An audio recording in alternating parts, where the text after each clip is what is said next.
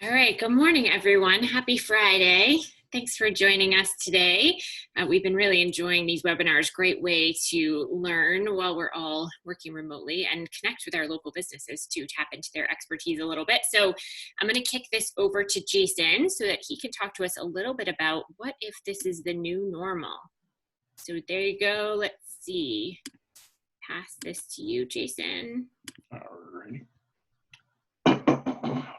And we do have, just so folks know, we do have chat turned off for security purposes with Zoom, but we'll get into questions at the end. And certainly feel free, if you want to either raise your virtual hand with the little button, or if you want to just give a little wave if there are questions throughout. But otherwise, we'll have time for Q&A at the end. And Jason, take it away. Sounds great. Let me get some of this. Great. So, Kate, first I want to thank you for putting this series of presentations together. Looking out, there's some great presentations to help chamber members, especially the marketing one that should be coming up on Wednesday. Also encourage folks to really check out the COVID-19 resources on the chamber's website. There's a ton of really good information there. So a quick introduction. My name is Jason Pierek. I'm from White Mountain IT Services. We're a managed IT services company. We've been doing business in Nashua for about 32 years. I'm the director of consulting, and I've been with the company for 20 years. Our consulting team bridges the gap between kind of IT, security, and business operations and strategy. So that's kind of the direction that I'm coming at this from. I'll also have Brian Fleming on my team join me for Q&A at the end of the presentation. Okay. So we're going to make some assumptions here. You probably are up and running. You probably have some or all of your employees working remotely. You're probably reaching out to clients and customers, trying to keep open lines of communication. You're trying to figure out how your market has changed, how you're going to market to customers, and what you need to change inside your organization to stay afloat. You're probably doing what you can to take advantage of federal and state assistance. Great. So now what? What can I do to help my company keep moving and keep my team all on the same page? First thing, we're really dealing with a ton of uncertainty here. No one really knows how long this is going to last. It could be that we knock this down with the initial shelter in place, or it lasts for a month or two. Then what? In other countries, we're seeing planning for long-term disruptions, lockdown and release cycles. We just don't know. Even in a short-term scenario, we should probably be planning for both financial and social impacts that could be with us for a little while. I'm not saying any of this to scare people, kind of just the opposite. I think that planning gives us a sense of control and ability to make changes as we're going along. Okay, so everyone here is in the middle of trying to figure out how to keep going. How do we deal with remote work? How do we prepare for uncertainty? How do we market under COVID-19? How do we create new markets? I just want to give a quick, for instance, Tupelo Music Hall, right, is selling repackaged commercial toilet paper and repackaged restaurant groceries. So where retail stocks are low, they're using commercial supplies. Those are high and unused. So this really gives them a much needed cash flow where their primary business is completely shut down. So to be creative, you need to know how your business works. So we've been working with dozens of customers. This presentation is going to really focus on things we kind of wish we knew ahead of time. Business owners and managers are saying that they need more visibility into what's happening and what's happened today, especially with everyone working remotely. And they don't want to be sitting inside of endless meetings. Team members, things seem disjointed. People aren't on the same page.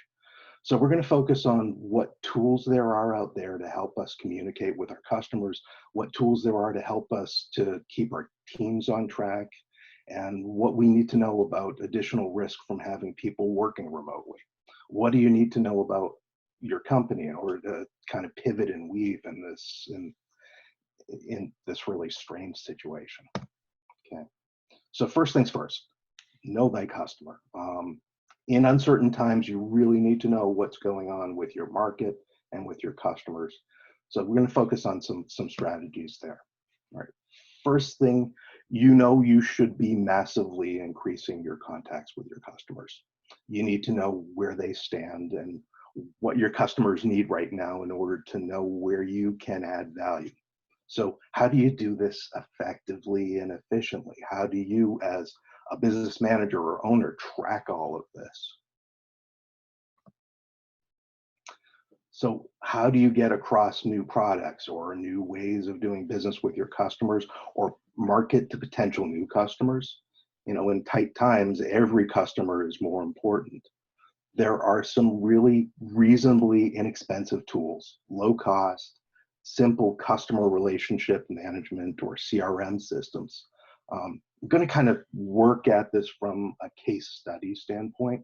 Let's say that you're a landscape company. You need to be setting up spring cleanup work for your customers.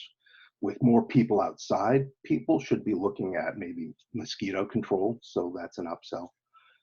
With more weekday lawn use, there's more wear and tear. People should also be looking at increased fertilization already. So this is a screenshot from a product called HubSpot CRM. Really simple CRM, allows you to have some visibility into the sales process. This is your standard sales process dashboard where you can see, you have different statuses for sales process, appointments, prospecting, quotes, all of those kinds of normal CRM things. But what I wanted to focus on is more the communications aspect of this. So with a CRM, you can automate some of the work of communicating with your customers. You can create a targeted email campaign and call campaigns. You can create email templates that are customized to certain types of customers based on their category. You can create call scripts for your office manager to follow. So let's go back to the landscaper example. Let's say you set the system up, you put together a campaign, you can send an initial email letting customers know that it's time to schedule spring cleanup and lawn fertilizer for more heavily used lawn, right? Then you can automatically schedule a follow-up call in a week. Then you can automatically send a follow-up email with a discount the week after that. You can automatically schedule a follow-up call in 2 days. You can send a thank you card if they actually order your services. You can send a follow-up email after the work asking for feedback or a reference if the work was exceptional. And finally, you can even send an email with a discount for providing the reference after. All of that can be tied into campaigns inside of the CRM system to automate that process so that it's not a manual process of going through and scheduling those things or remembering that you have to follow up on all of them. And then you can see what happens with that customer. You can see every customer interaction. You know when your emails are open because it will tell you whether someone's opened an email or not. You know when your customers visit your website. You can even get recordings of customer calls and be able to follow up with those. And finally, as a business owner, what it does is it gives you a view as to what your salespeople are doing and keep them on track. So that's customer communication. What else can we do on the customer side? Well, let's make it easy to pay. In talking with some business owners, often the only people going into the office right now are the people dealing with the bills and the invoices because they're still sending and receiving by postal mail. Often it's the business owner doing this again for the first time in years, and they're getting pretty sick of it. So if you don't have an online billing and payment system, now's a really good time to set this up. If for nothing else, this could help cash flow as people are trying to spread out their payments. So reach out to your bank, your accountant, or web developer for some advice. There are lots of systems out there, and they can be tied into your QuickBooks or other accounting system. There are many different payment portal companies, and they all have different pricing. It all depends on what makes the most sense for you. So reach out for some help there. Okay. On to your team. So technology here, we're going to talk about some tools, can help, but it's really a combination of that and changes with management strategies and culture too. So first things first, everyone knows this already. People are dealing with really difficult times right now. This is going to impact your employees and their ability to be productive. It also affects how you might be managing. If your organization has been traditionally a time-based, tight oversight organization, this could be pretty challenging. Clear communication of work assignments and ways to track work are really more important now than normal. So some strategies. One thing is get on the same page regularly. When everyone's working remotely, it's really easy for everyone to fall out of the loop with what's going on. It takes some extra effort to try to keep everyone moving in the same direction. So encourage your managers to have short, regular meetings, whether that's daily or twice a week, maybe even use something like a stand-up model where each team member states what they're working on and what they need in order to do their work for today or today and tomorrow. So I need a short call with Eric to go over pricing model to get on the website and what might be blocking that work. So we're going to go over some tools that can help with some of that. But I want to just have you realize that it's hard to keep track of who is doing what if you don't have some sort of a shared list. And finally, consider moving more from a communicating more on the business strategy side than you might otherwise have done. Your organization strategy is likely to be extremely flexible right now, and people in your organization need to know what they can do to help keep everything on track. All right, going to go into, so while all of this remote work is pretty new to many of us, there are many, many organizations where this has been the norm for a decade. That's good because there are lots of tools out there that can help us make this a little bit easier. Most of them meant for organizations that were originally employees all working remotely. So let's look at some of these in a little bit more detail. If you don't have a chat system now, you really do need to get one. This allows for a constant low hum of short communications that can happen in person, but really difficult to do remotely. It allows all of your team members to be visible and that communication to be visible and searchable. It also allows for interaction between employees, even when you have a customer on the phone or you're doing something else that is more real time. You have a meeting going on, you can reach out to other people on your team and say, hey, what's going on with this while you have that customer on the phone, okay? Most current chat systems also have some sort of a shared channel communications for more public discussions.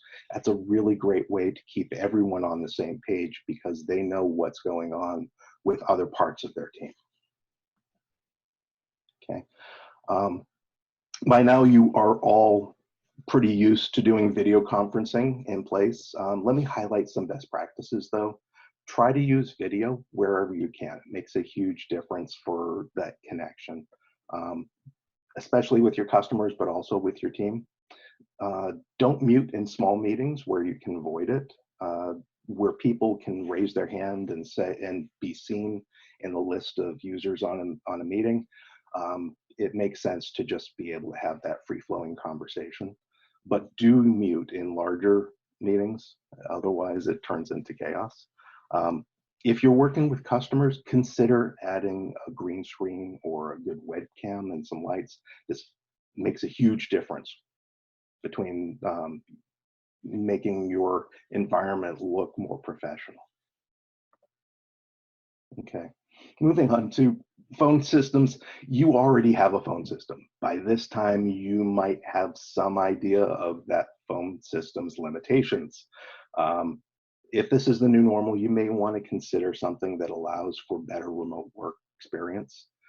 If what you have isn't working, take a look at hosted phone systems or make sure that you have a voice over IP system that allows you to have bring phone home or have soft phones. A lot of this stuff I'm going to be breezing through. There are details in the presentation, and I'm going to send this to Kate so she can send it out. But there are examples of all of these tools, and there are links for all of these companies as well. So another important one, you really need a place to put your company updates and some place that allows for questions and responses. You're going to have some of that in your meetings with video meetings, but to have some place where that actually resides as a repository, and for people to kind of work on offline and be able to think through some of these ideas. So for instance, if you have a strategic team, being able to put up a topic and say, all right, we're going to talk about new marketing opportunities or new customer opportunities or something like that, and have people over time, when they have time available, to really sit down and think and figure out what makes sense and put those into comments in the discussion. Okay. Finally, and this one is really critical, you need a way of managing organization processes that currently rely on people being in the same place.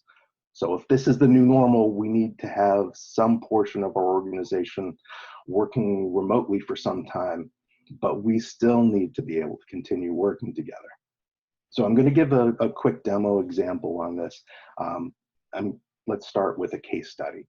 Say you're a telecom company, you're selling phone systems, right? You have a simple CRM for your salespeople, and that tracks the process of the actual sale and captures what people are buying, all of those kinds of things. But now you need some way of tracking your order fulfillment.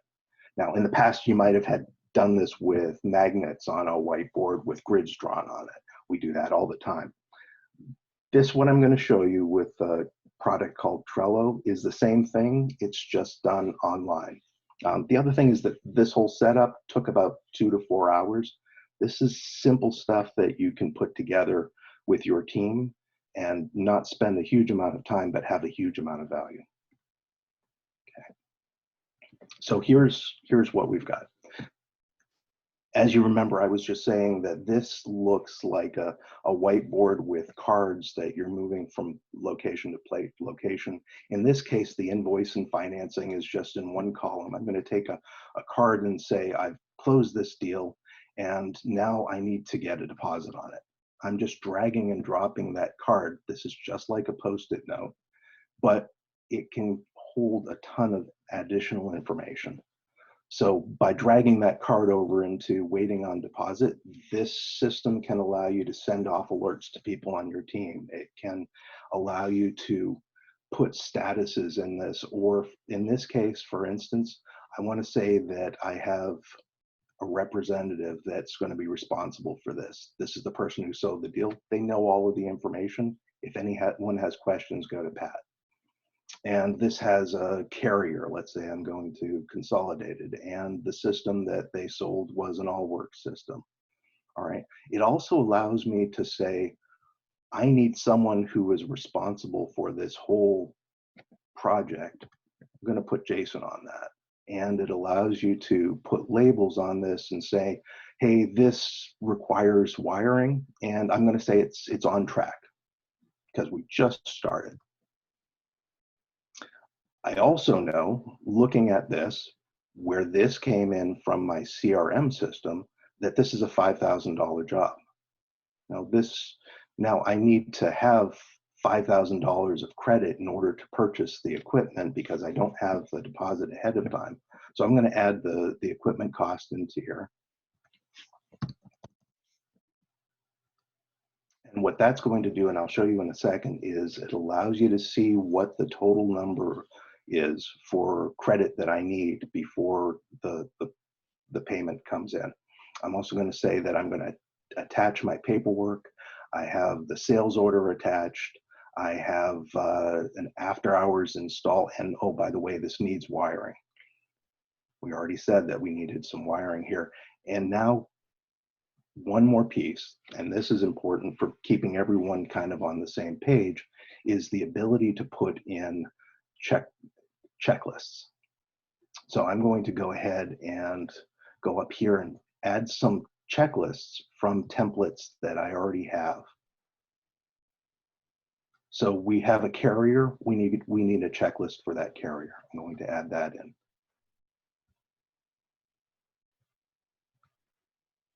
This is in the phase of being ready for invoice and financing. I'm going to add that in. And now when I go into that card, I have checklists for people with specific tasks that I can assign to them. So Steve, you're going to be doing paperwork, and you're also responsible for reviewing that paperwork, and I'll take the deposit receipt. And as you're checking these things off, you can see back here what's going on. So one of those things that I've just checked off is done. So some portion of this is working along. The idea here is that you and everyone on your team knows exactly what's going on with these implementations, and you can see it visually. You can put this up on your screen, and as a business owner, you know everything that's going on with that process, with that workflow for the entire company, even though you don't have people to talk to get an update as you're going through. And if you have a problem, that's really visible. If someone is saying, hey, look what's going on with this, now we know what the status is right up front. And like I said, with the equipment cost, that shows up right here. So my accounting people know that we need to have $8,000 worth of credit before the product is ordered, and we can step through this whole process. Okay, go back to the presentation here.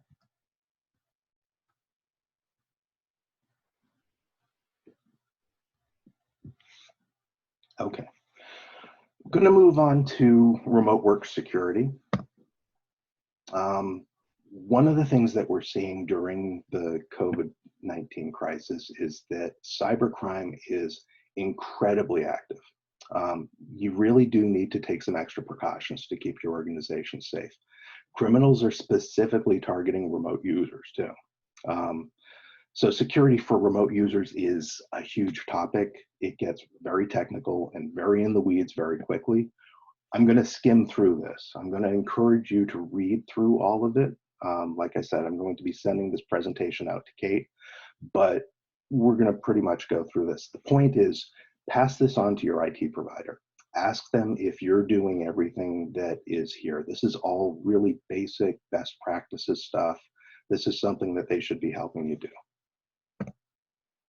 Okay. First things first, if you have people working remotely and you can provide organization-owned devices, please do. It makes for a much more secure environment than people using their own computers and their own laptops. If you can't provide employees laptops, you really do need to take some extra precautions. First, you need to set up some security policies and put those in place so that you can hold people accountable for following your guidelines. Second, you should have your IT provider do some level of a home audit to protect your organization's data. All right, here are some minimum bring your own device standards. These are things that we normally do with company-owned or organization-owned devices that, if you're working with someone's home computer, they may not be doing. This is stuff that your IT provider should be helping you with and making sure that this is happening with those devices. So minimum current operating system, make sure that they have antivirus. Don't install random software. Same thing applies with security minimums for their network. Make sure that their password has been changed on their home router and that they're using some sort of a long passphrase. Make sure that there's some sort of firewall in place. All of these things are just basic security hygiene that really need to be done, that your IT provider should be able to help you get done for your home users if they're using their home systems. Okay. Another thing, minimum password management recommendations. We're strongly going to recommend that you use a password manager. We're going to strongly recommend that you use multi-factor authentication everywhere you can. Likewise, some pointers on phishing. Phishing is using fake emails that look legitimate. You've seen this all over the place. They try to get your employees to click on a link or a file or some other method to attack your systems and data. Phishing and scams are the primary attack routes being used by cyber criminals. And this is especially so during COVID-19. One recent attack was used to link to a fake COVID ID tracking site sent by email, but it actually installed malware to collect passwords and banking information. So how do you handle that? Some best practices, and most of this is really pretty technical. The point is that your people probably need some training in order to help keep your company safe. Some red flags to identify phishing emails. Again, even with the best spam filters, it's not going to protect you if your employees don't have some basic knowledge to keep themselves safe. So some key takeaways on the security side. I've provided a good deal of details that we're not going to delve into. We're going to provide this presentation to Kate in the chamber for those who are interested, but please have your IT provider review all of this and make sure that you're following some of the basic security best practices. All right, last item, know thy business and business continuity. You know, at the end of the day, this is really all about business continuity. Right now, many of our companies are implementing kind of ad hoc remote continuity plans where some others were already prepared and they transitioned over to working remotely with no real difference. The other thing is that business continuity planning leads to a deeper understanding of what makes your business run. So that's really important right now to know what changes when you're working remote. It's also really important to know when you're starting to make strategy changes and how that might affect important processes inside of your business. So this is a really good time to review, you know, your critical business processes, your critical personnel. How do you make sure that you have some level of cross-training in case someone gets sick? Your critical vendors and what happens if one of your vendors is no longer in business or can't do business because they have too many people not available. Also your critical IT systems. So how do you do this in a way that's relatively easy? One really excellent resource that we found is this disaster recovery continuity planning website. It's not so much for the plan, but for the insight of looking at how your business runs and putting that into some forms so that you have it as something concrete. Let me show you what we're talking about here. Really very basic, but forms for you to be able to lay out what your business does and how it does it. Now, starting out with your key business operations. You know, what are your business functions? How important are they? Who's in charge? What's the time frame or deadline? What happens if it doesn't happen? What are the consequences if you can't do payroll this week? That's pretty important to know. Who are your key employees that are involved with that? Who are your key suppliers and vendors, key contacts? All of those things, bringing that back together so that you have it documented and you have a really good idea of everything that's going on inside of your business, and you can point out those places where, oh, we really need some additional fallback and plans if this doesn't work. Also, employee information and making sure that you have all of contact information and people who to follow up with if you can't get a hold of someone. Likewise, key customers, contacts, suppliers, vendors, all of the information about your account numbers and who to contact. Sometimes, you know, the folks that are responsible for working with those vendors may or may not be available. You still need to be able to purchase the products that you need to be able to sell. This is how you can pull all of that information together and make sure that it's available to everyone, because then you can share this with the rest of your team in case something goes wrong. And likewise, know your information technology, reach out to your IT provider, make sure that they've documented everything that you have and how it works so that if you need it, you can get back to it. Okay, and finances. Make sure that you have all of your financial information and all of your ducks in a row. This is really a business continuity planning tool. So that's what we're dealing with right now. This is business continuity. And we wish that we didn't have to implement some of this stuff, but it's where we're at. Okay, so that is, let me show you one more quick thing. I told you about the Tupelo Music Hall. Notice that, like I said, they're selling toilet paper and paper towels, taking advantage of their suppliers where they have commercial supplies and people are really looking for certain things, and they're able to provide that and have some level of cash flow where their business otherwise would be completely shut down. Good example of how you can use your business continuity and some real creativity to keep your company going. All right, so that is presentation part of this. We're going to move over to questions and answers. So if you guys can unmute Brian.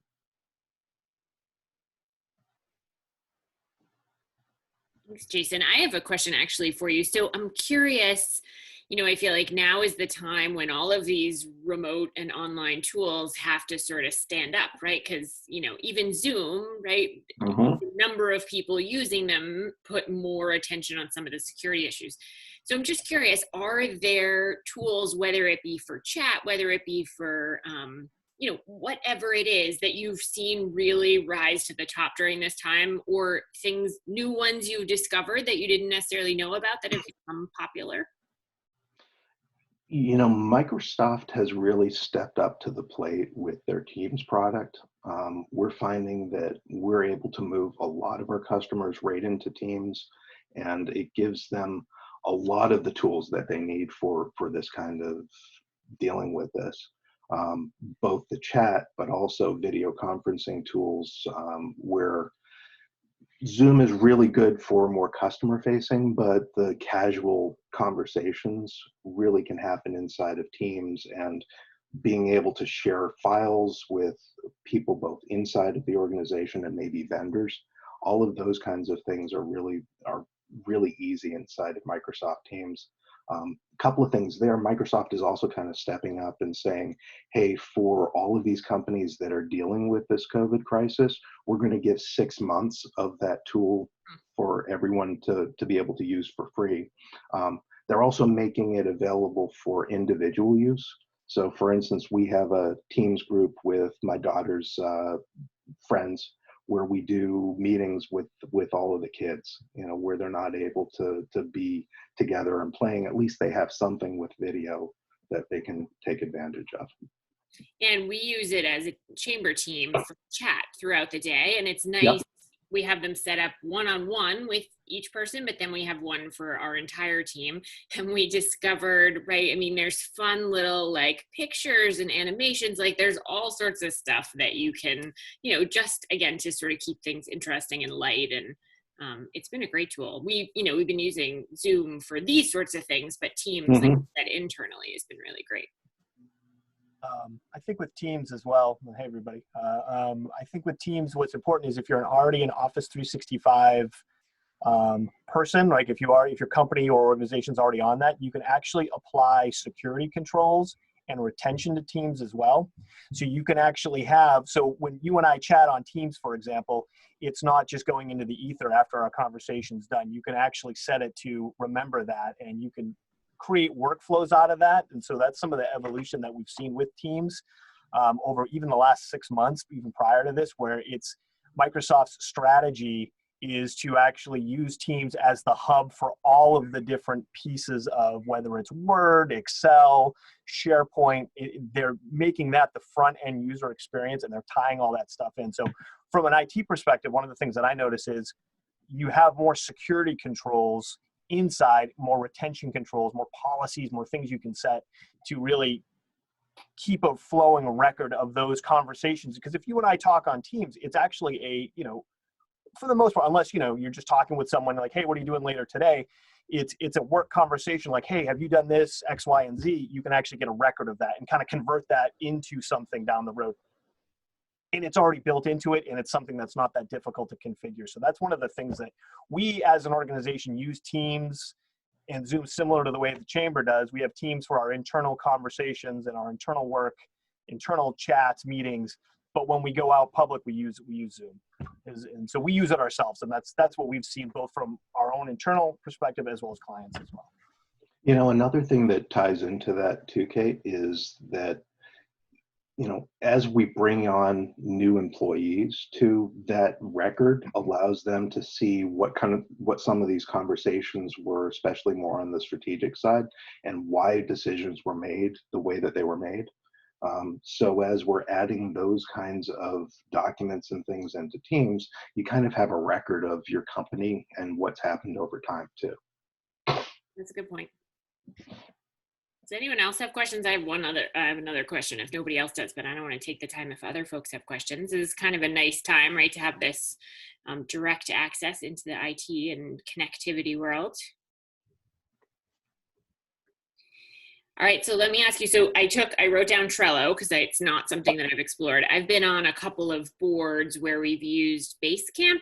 And so we've been talking internally at the chamber about some sort of kind of project management something. Basecamp to me, I mean, it's certainly functional and I feel like I want to like it more than I have. I don't know. It's just never seemed maybe quite as intuitive or just simple as it could be.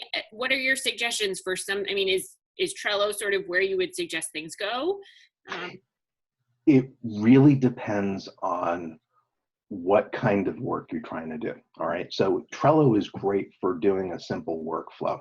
And if you're saying that this is going to be something that's repeatable, we do this, and then we do that, and then we do that, and then we do that, and then it's done. And then we do this, and then we do that kind of thing is great. Another one for that kind of workflow where you're doing repeating things is a product called Asana. Yes, I've used years and years ago. Yeah. Basecamp is not really good for project management. It's one of those in-between tools where it's good for having conversations about complex things and being able to set up different teams to be saying, we're going to discuss this, we're going to come up with a document, we're going to come back to the rest of the group, and that kind of thing. So it's good for having a place, a repository for offline and non-synchronous discussions, but it's not really a project management product. All right, there are a lot more project management tools like Teamwork Project. There are Zoho Project, and I have some of those things in the resources links at the end of this presentation too. Project management is different. It's not a workflow. It's we have these 20 different tasks with these subtasks, and we're going to have a conference or a virtual conference, and these are the 70 different things that we need to do, and some of these things rely on other things. That's a different type of animal from a workflow product or a more communications central product. Rike is another one that does some of that, but you're really looking at more of the project management tools. And like I said, there are some links down there. Brian, you have any ideas, any insights? What I like to use for light project management, especially if I'm sharing it out with external to the organization, I use monday.com. That's a good one too. Yeah. And it doesn't go like heavy into like a deep project management like a Microsoft project. It's just really like open panels, and you can move things around, and it's easy to move, and it's colorful, and it has a timeline. So when I do like long IT projects or security projects or whatever it is, I tend to share that out with the point of contact at the client, and it's a quick and easy reference, and it works internally and externally. I think it's like there's a free version, but I think the paid version is like I don't know what, like $20 a month a user or something like that. You wouldn't put all your users on it. You'd have a couple of like leads, and then what you would do is just share out a lesser, like a free, you can give X amount of free accounts so people can kind of just view it. So Monday.com is the one that I tend to use, but I feel the same way about Basecamp. I want to like Basecamp. I just it's kludgy, and I'm always like, what am I doing? So yeah. And so many notifications. I mean, I love the concept of like, the campfire and right, like it kitschy is the word, right? Like it's fun in concept, but and we've talked about, I mean, stuff, at least for me, and I don't know if others are experiencing, like stuff gets buried in email, right? Like there's so many emails that are coming in that's not an effective way to sort of stay on top of things, but it's new for us, right? New team, but also new to this world. So thank you. I was just curious. Sure. Anyone else with questions? I know it's Friday. I think everyone's brain starts a little bit mushy by Friday. Well, we're all here, right? We're not going anywhere, so. Well, thank you. And so we recorded today's webinar. We've been posting those on YouTube for a replay. If you want to go back to something, if you want to send it to someone. And then Jason, it sounds like you'll send me some things to send out to the folks in addition. Yep, I'll send you this this presentation, tons of links at the end about all of the stuff that I talked about, including the tools. And we may have some other resources that we send out, checklists on the security side, that kind of thing. Perfect. Awesome. Great. Well, thank you guys. Thanks for the thumbs up, Amy. I've never seen someone use those. I knew they existed, but that's great. Cool. Happy Friday, everybody. Have a good weekend, and thanks for joining us. Thanks, White Mountain IT. Thanks. You. Have a good weekend. Thanks, Kate.